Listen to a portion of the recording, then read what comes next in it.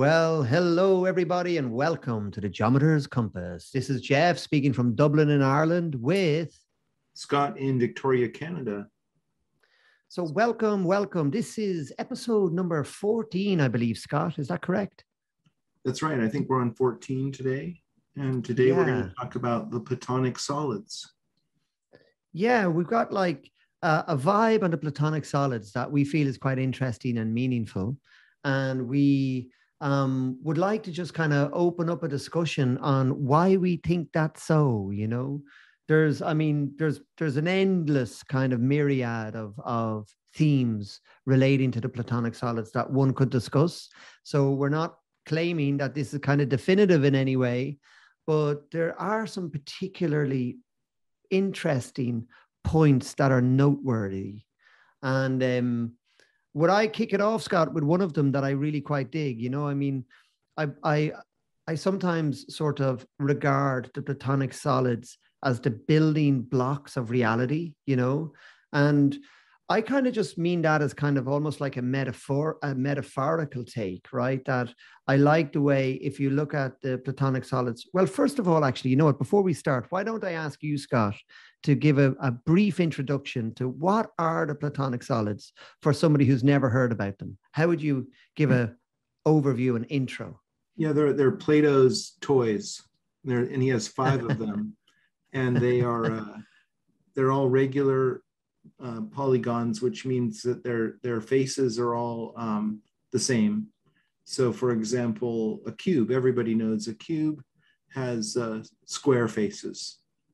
And what's fascinating is there's only 5 Platonic solids that exist, and the cube is one. It's sort of in the middle of the collection of them in terms of the number of sides, I guess. The simplest one is the tetrahedron, which is like a pyramid sort of, but it has 3 sides on the base. So picture an equilateral triangle on the base, and then, you know, a point above that connects all of the base edges to the apex with equilateral triangles. And then you've got an octahedron, which is in sort of like 2 Egyptian pyramids above and below joined together at the base. So it has a 4-sided pyramid. And then the cube. And then there's the icosahedron, which is made of all equilateral triangles. And it has 20 faces. And then there's the dodecahedron, which has 12 faces that are all regular pentagons. And Plato is kind of mystical about the dodecahedron. He sort of didn't want to mention it. It was like the one that stood apart from all the others. And maybe you can speak to why that might have been, Geoff, or what do you think? What your take on that is as well? Well, yeah. So one of the sort of by way of introduction of the Platonic solids, I like the idea that they represent shapes that enclose space in the most efficient way, essentially. So when you want to actually enclose 3-dimensional space, these solids are the most kind of efficient way of doing that, you know? And each solid is also given metaphorically an element, you know, an element like earth, air, fire, and water. And then the dodecahedron is the elusive ether, you know? So these are the kind of 5 elements that sort of make up existence in a way, or they make up life. I remember reading a book on the Tibetan book of living and dying. And one of the things I found interesting was when the body was kind of like exiting this life, there's like this kind of general dissolution of those elements, you know, like the element of water begins to dissipate, the element of heat begins to dissipate, the element of earth begins to stop moving, and essentially all those elements begin to close down, and that's the life force leaving the material body, you know. And so it kind of gave me this kind of hook for how all of these elements, you know, are what animate us as life forms, you know. So we can't exist without water. We can't exist without the earthly material elements that make up our physical body. We can't exist unless we're breathing with air. We can't exist unless our body is a particular temperature and it's heated to the just exactly correct degree or whatever. So I like this idea, these elements of earth, air, fire, and water linked to the life force kind of is meaningful to me, you know. And then the Platonic solids become this kind of shape that represents that, if you like. Okay, so that's kind of cool, just metaphorically, but let's wrap some numbers around these shapes, and it begins to pop out with all these very, very interesting coincidences of number. And I'd like to credit Joe Dubs. Actually, I first came across some work on his website that illustrated how when you add up, quite simply, the sum of the angles on each of the faces of the solids, it gives birth to some really interesting numbers. So let me just explain this. Like, what I mean by adding up the angles on a face of a solid, I mean, like, if you have a cube, okay, cube's going to have 6 square faces. And in each corner of each face, it's going to be 90 degrees. So each face is going to have 360 degrees, okay? And, you know, it's 180 degrees on a tetrahedron and 540 degrees on a pentagon, and so on.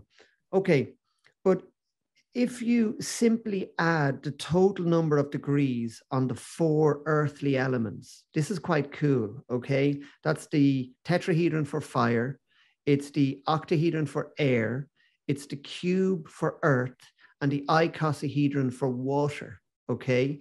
You add up those 4 earthly elements, they equal this number 7920. And now, why is that interesting? I want to point out that it's not just, you're not just adding up a square plus a triangle, you're adding up the number of degrees in all of the faces. That's right. Its forms. So like a cube has 360 degrees in a square, but then there are 6 of those. So it's actually 2160 degrees in a cube. And then if that's you right, 1440 in an octahedron and 720 in a tetrahedron and 3600 in an icosahedron, you add all that up together, then you get your magic number, Geoff. Yeah, exactly. Yeah. And that's only one magic number out of this kind of canon of number that pops out of the Platonic solids. And this is just by simply adding the angles. So the 7920 equals the diameter of the Earth. And for me, that's very exciting because you add up the 4 earthly elements and it equals exactly the diameter of the Earth, 7920 in miles. I just think that's really nice, you know, that these kind of like foundational geometric forms not only kind of metaphorically represent the earth elements, but then when you add them together numerically, they equal the diameter of the Earth in miles. I just dig that. Like, it's kind of a beautiful coincidence, you could call it, you know? Yeah. But let's keep thickening the plot here, okay? Because there's embedded in each of those solids, by the way, there's also a cool like range of numbers. So if you add up the total number of degrees on a tetrahedron, you get 720, okay? And that has like, so that pops out 72, which is a really significant number in geometry, isn't it, Scott? Like, so when I say 72, what shows up in 72s for you? Well, I think of the Septuagint, which was a translation of the Bible with 72 translators. I think of the Shem Ham Porash, which in Jewish tradition is the number of names of God, you know? Yeah. So these are kind of mystical clues or codes to this special number 72, you know? Yeah. And when you bring it back to the Earth, that 72 also links to the precession of the equinox, you know, where I believe it takes 72 years for the Earth to process 1 degree on its axis, you know, through the great year, you know? Exactly, yeah. And 72s pop out in your work in loads of places. I remember you were talking about, there were 72 stars on the roof of the Capitol building or some significant building in the US States, Capitol Dome. Yeah, there's 72 stars around the ring. Yeah. And it was all celestial and kind of like, I think the zodiac was up there and stuff. So 72 is a meaningful number. I mean, I just dig the fact that, you know, this, it's linked to the earth again, you know, this, the motion of the earth. And then let's look at the octahedron then, right? So you add up the total number of degrees on an octahedron and you get 1440, right? Then I was thinking, isn't it exactly 1,440 minutes in a day? You know, I was just going, oh, cool. That's an interesting coincidence. Yeah. It's like another link. And then like, well, then like, what's so cool about the minutes in a day? Well, that's the amount of time it takes for the earth to rotate 360 degrees in its axis one day, you know? And so it comes back to the earth, doesn't it? Yeah. It's like they're kind of spinning you back to the earth all the time. Do you know what I mean? So this is where the Platonics get really rich, I feel, you know? And then let's look at the cube, right? Ironically. So the cube is probably the most earthly of all shapes. You know, it's solid. It's, you know, it has all the directions. Yet when you add up the total amount of degrees on the cube, you don't actually get an earthly number. You get a lunar number. You get this number 2160, which is the diameter of the moon in miles, you know? But it's also the number of years it takes for that precession again to move through 1 year of the zodiac, you know, the 2160 years, you know, one great year. One age. One age so of the it's zodiac. like the age of Aquarius is 2160 years. Yeah. And like, so the more, and also, you know, the moon being 2160 in diameter, it's like these Platonics are just so like, there's so many coincidences that it just warms my heart, basically. Do you know what I mean? And then if you move on to the icosahedron, you get like, you add up, I think it's 20 equilateral triangles in total make up the icosahedron. That's right. And you add up 180 by 20 and you get 3,600. Yeah. You know, so that's a cool number, you know, like as in on a very basic level, 360 is the amount of degrees it turns in a 1 day. It, you know, so the earth will spin 360 degrees in 1 day. It's funny. I've been watching the Olympics and they're talking about degrees all the time, about how many rotations they do on the snowboard and stuff, like, oh, that was a 720, that was a 1440. And so it's tying back in with the Platonics in a way. These numbers just keep coming up because it's about a circle, you know? Remember, the circle kind of rolls back into these Platonics because we're measuring all of them in regard to a circle. So it's interesting as well. And I guess that leads us to the last, the granddaddy of them all, the dodecahedron. The dodecahedron. Yeah. So then that's like, you know, the 12 pentagons added together give you this beautiful number, 6,480. Okay. 6,480. And I'm like, you know, well, that's an interesting number. You know, what could that relate to? Have you any ideas, Scott? Yeah. I think it's in my book, Quantification, I did a write-up about this. And I remember measuring, I had this question of what's the total like distance on the earth from like the highest point to the lowest point. So I look up this stuff and add it together, the height of Everest plus the depth of the Mariana Trench. Mariana Trench. Yeah. Challenger Deep is like the deepest place. If you add that together with Everest above sea level, you get 64800 feet. Yeah, I love that one. Really cool. Another coincidence, you know. And then another thing is if you take the Earth's precessional cycle, which lasts 24,920 years, if you divide that into 4 seasons, then each season is 6,480 years. Yeah. You know, earlier we mentioned an age of that. An age is 2160 years. An age would be a 12th part of that. Yes. A season would be a quarter. And so and a total is 25,920 for a great year, isn't it? That's it. Yeah. So it's fascinating that these numbers all connect with time, with the Earth rotation, with Earth precession, with the surface of the Earth. You know, with the number of minutes in a day, it's all about measurement. And, Yeah. it gets back to even the measurement systems that we use in, kilometers and miles ultimately are based on the dimensions of the earth. Yeah. So, like, for example, when they made the metric system, the way they defined it was the distance from the equator to the North Pole. What is it? 10,000 kilometers. Exactly. 10,000 kilometers exactly. Yeah. Yes, that's how they defined the metric system in like 1799. And so it's a way of applying base 10 to the surface of the earth. Yes. And then yeah. if I remember from John Michel, one of his books, I think with Robin Heath, they were talking about the Earth's equatorial circumference, and how that's related to the foot, and how that kind of anchors the imperial system in the dimensions of the Earth. Can I remember? That's another question. I think it's 365.242 times 360 times 1,000 feet. Wow. So it's the number of days in the year times the number of degrees in the circle times a scaling factor of 1,000 is equal to the number of feet in the Earth's equator.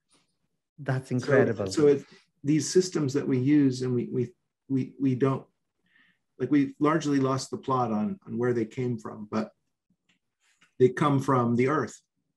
And so when we find these resonances with these systems, it always relates back to the Earth itself as a whole, because it's a certain fraction of that whole measurement. And in a way, the Platonic solids kind of relate back to the Earth again, don't they? Yeah, that's the thing. And then they probably relate back to the human as well. Was it Leonardo said that, like, man is the measure of, we should say woman is the measure of all human things. Human. Yeah, human. Yeah, is the measure of all things. Wasn't that part of the Vitruvian image, the squared circle image? Somewhere? I think that was a later philosopher who said that quote. Okay. But it definitely applies to that iconic image of the Vitruvian man, representing the proportions of a human being. And the human foot. Relating that to the circle and the square. Yeah. But I'd like to share, so one real kind of mind blower I had about these Platonic solids, it's kind of like a personal story, but it's such a cool coincidence that I wanted to share it, So you're getting the vibe of, like, how you add up the 4 earthly Platonics and you get the diameter of the Earth. That's such a cool, straightforward coincidence. Earth, air, fire, and water equals 7920, which is equal to the diameter of the Earth. And I had this remarkable trip to London one time a few years ago. And it's probably the biggest coincidence that's ever happened to me in my life, And I remember getting on the plane, and for some reason I was like a undiluted nerd that I am. I was kind of reciting the golden ratio. And I was playing with myself, thinking that, like, I wondered if I was on a quiz show and I had to recite the golden ratio to 13 digits, would I be able to? But the point I'm trying to make is I was just running the golden ratio over and over in my head on this plane flight to London from Dublin, right? And then at the same time, I was thinking about the Platonic solids. I was adding up their numbers. And then I did this really cool thing. I added up the dodecahedron, which represents ether, and the octahedron, which represents air, okay? And I was, like, overwhelmed with excitement to discover that they too equal the magic number 7920. Okay. And I was kind of like, oh, Geoff, maybe you're reaching here, like, whatever. But then I was kind of thinking, no, hang on a sec. Thematically, right? The dodecahedron is the most elusive. It's the most invisible. It kind of represents this kind of, like, invisible connection field that binds everything together or something. That's what the ether is, And then air is the least tangible out of all the elements. You can't grab a handful of air. You can't really capture air. It's elusive as well. So it's the most kind of ethereal. It's kind of, you can't see air or taste air, or, I know you can feel it on a windy day or whatever, but it's not like, fire, water, or earth, which are way more material, And so then I was thinking, oh my God, like how cool is it that like the two kind of like invisible, elusive, ethereal solids, when put together, equal the diameter of the Earth. And when the four, I know I'm including air there as well, but when you put the four traditional earthly elements, earth, air, fire, and water together, it equals the same number, 7920. That same number, both pointing to the planet we live on, the planet Earth. And so just in my kind of like playful imagination, I was kind of going, wow, isn't that a nice metaphor for kind of two ways of being on planet Earth? You know, one is the very concrete, fixed, focused, you know, I'm of the earth, I'm a material being, and I've got to get on with paying my taxes, you know, or I've got to get on with like, you know, attending to my responsibilities or succeeding or doing good in my job or making money, or I'm being a little bit flippant here with my examples of earthly existence, you know. But then there's also another attribute of being a human on planet Earth right now. And that's more kind of like invisible, you know, hard to grasp or hard to sort of contain. There's a vastness to our being that can't be locked down concretely, can't be known with certainties and definiteness, you know. It's sort of like the difference between the visible domain and the invisible domain in my philosophical exploration in my book, Sacred Geometry. Yeah. Exactly that. And, you know, this is a concept that like I kind of live by and love, you know, that there's more to reality than we confront through our senses, basically, you know. And I've always had that intuition. And for the Platonic solids to kind of like pop this out in this kind of metaphor numerically, I just thought was really gorgeous, right? But there's a bit of a curtain closer to my story, right? I was kind of, I went about my business, got to London, stayed in like a random hotel out of any million of hotels. I just went to booking.com, said, I'll stay in that hotel, that'll do fine. And then I went about my day. And just as I walked out of the hotel, I came across this dentist, right? It was called the Kensington Dentist. And the logo in the dentist was of a dodecahedron. And in the center of the dodecahedron was the figure for phi, you know? And like I was just blown away by the synchronicity of it all. I mean, I know dentists use the golden ratio because teeth are related to phi and stuff. So dentists using phi and dodecahedron. They actually do. Like, yeah, they use golden ratio calipers, sort of like my proportioner, to work out the spacing on the teeth. Yeah, it's so cool. And you know why is the golden ratio connected with the dodecahedron? I can think of two ways, Geoff. One is the pentagonal faces.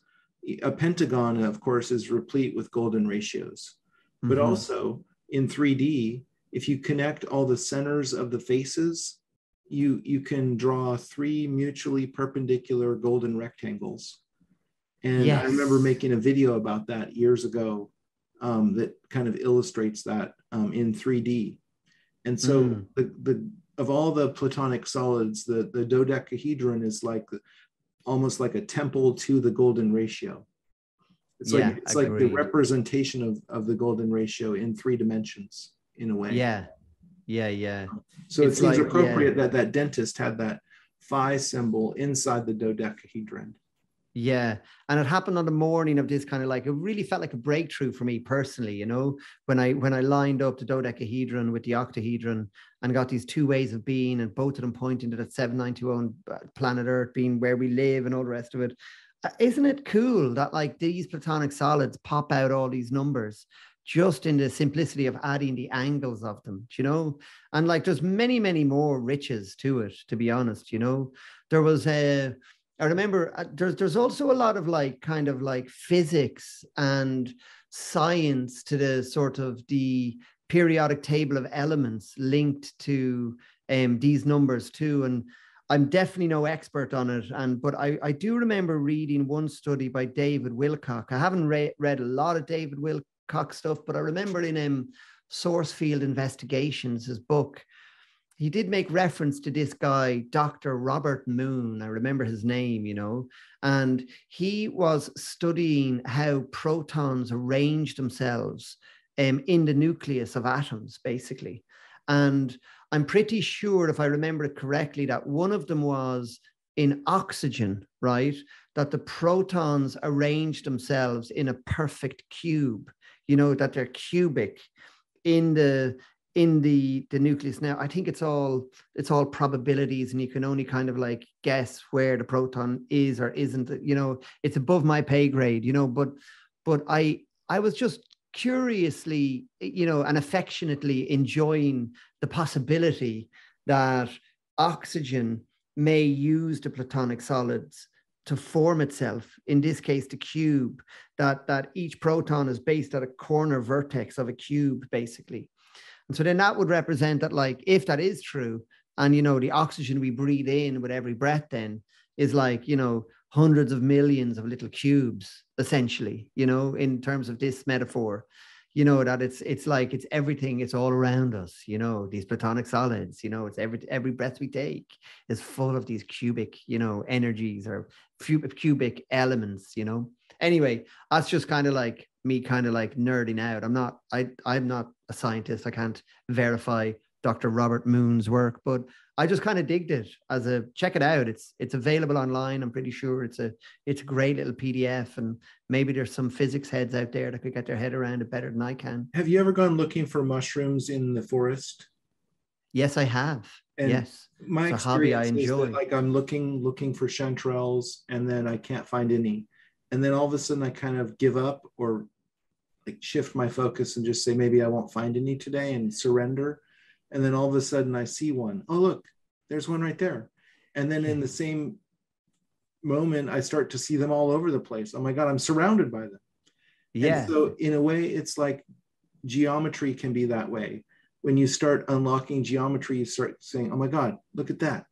It's in the number of breaths I take in an hour. It's in the oxygen atoms I breathe in, and you just keep going down the rabbit hole, and pretty soon you just see geometry everywhere. Yeah, you do. That's absolutely been my case, and I'm kind of like, I'm open to, the idea that, like, you have confirmation bias as well, like, it's like if you're kind of thinking of buying a red car, in a particular type of red car, and you start thinking about that red car, then all you see are versions of that red car. It's like, it's the only car you see on the road, So there's something about when we color our lenses about how we look at reality, we tend to confirm our biases that way. So I'm not saying that to diminish in any way the beauty and the power of geometry, because you see, that happens to me when I think about a red car, right? And I can kind of go, oh yeah, well, I was thinking about a red car, so I'm kind of primed to see it. So I see red cars around, and I can kind of give like respect to confirmation bias in relation to the red car. But actually, the point I'd like to make is, like, when you really get into geometry and you start unpacking the patterns and the codes in geometry and how ever present they are in everything that exists, what happens is you get to a tipping point where you can no longer just sort of say, oh, this is me just projecting out my own stuff, because it gets so full on. It's overwhelming at times, when you see the beauty of how the creative pattern itself, the creative impulse of the universe leverages these geometric principles at every turn, And so it's bigger than just human projection, human psychological projection. I'm sure there's a bit of that going on with me because I'm so immersed in it, but I don't think it's the answer to all of it. I think there's more going on, particularly with geometry, Well, in a way, I think a human being is a kind of walking, talking confirmation bias, because we are filters of unitive consciousness. And so we are filtering out most everything. And we have this trickle of sensations and perceptions that come in that we experience as a person, an individual person. And in that regard, we are just confirming our bias of how we're viewing the totality through the human vehicle at this moment. And so in a way, it's kind of a creative act to start to take charge of how you're filtering, of how you're viewing reality, and to make decisions. Well, I want to view the harmony of it. And then maybe start tuning into the beauty and the golden ratio and geometry and pretty soon you fill yourself up with this type of confirmation bias, this kind of filter, that you've just shifted your perception over to this new way of seeing.